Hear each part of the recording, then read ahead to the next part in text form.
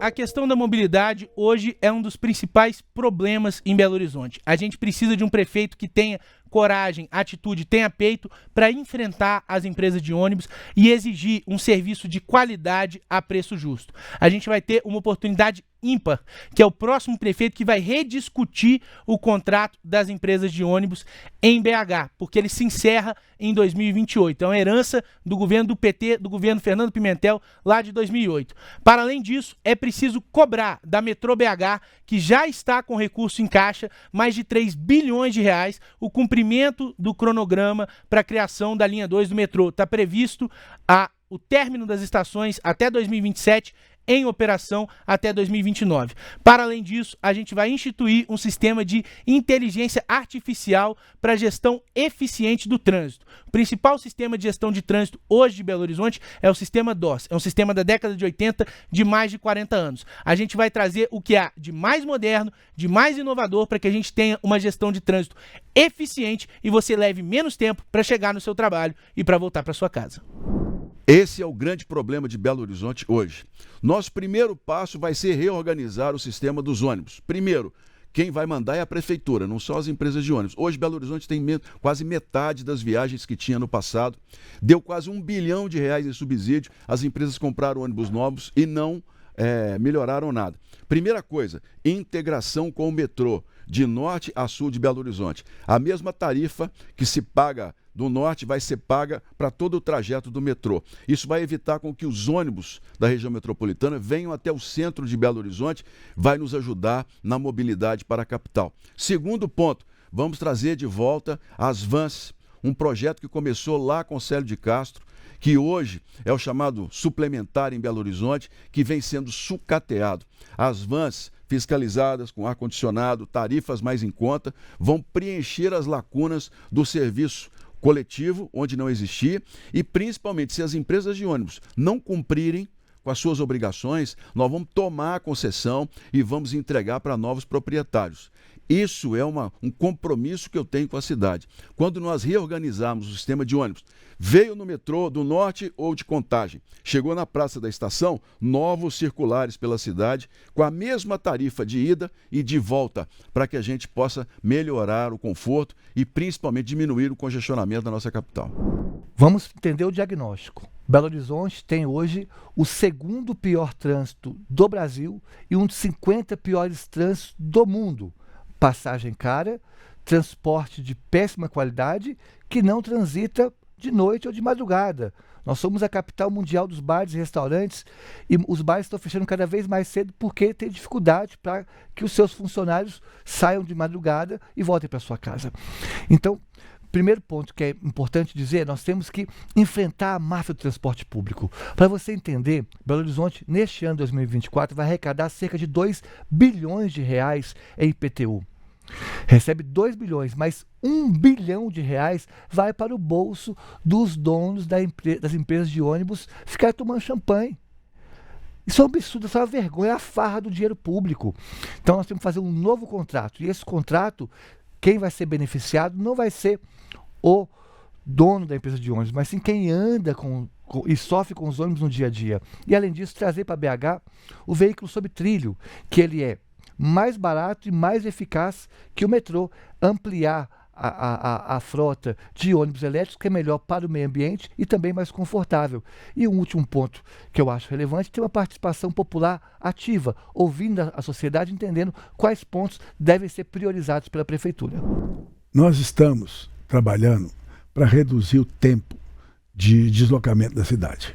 Por exemplo, na Avenida Cristiano Machado, nós estamos fazendo 4 viadutos. Um já está pronto, já está bem avançado, um segundo começou, o terceiro está começando a parte de terraplanagem, e o quarto ainda tem projeto.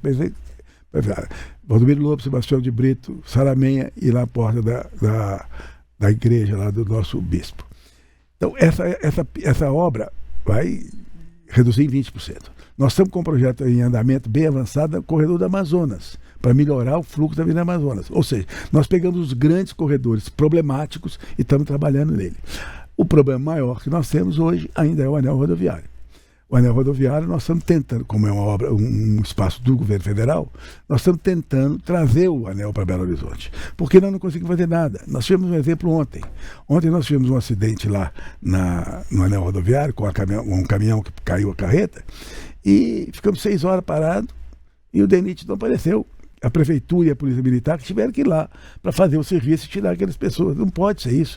Era uma grande avenida de Belo Horizonte. Então, o trabalho que está sendo feito na mobilidade, ele é um trabalho de remodernizar as grandes vias de Belo Horizonte.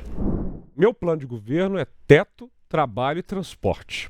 E a parte de transporte, que tem a ver com mobilidade, eu gostaria que vocês fossem na página 44 e 45. Primeiro ponto, o próximo prefeito vai fazer o contrato de ônibus. Ele termina o atual em 2028.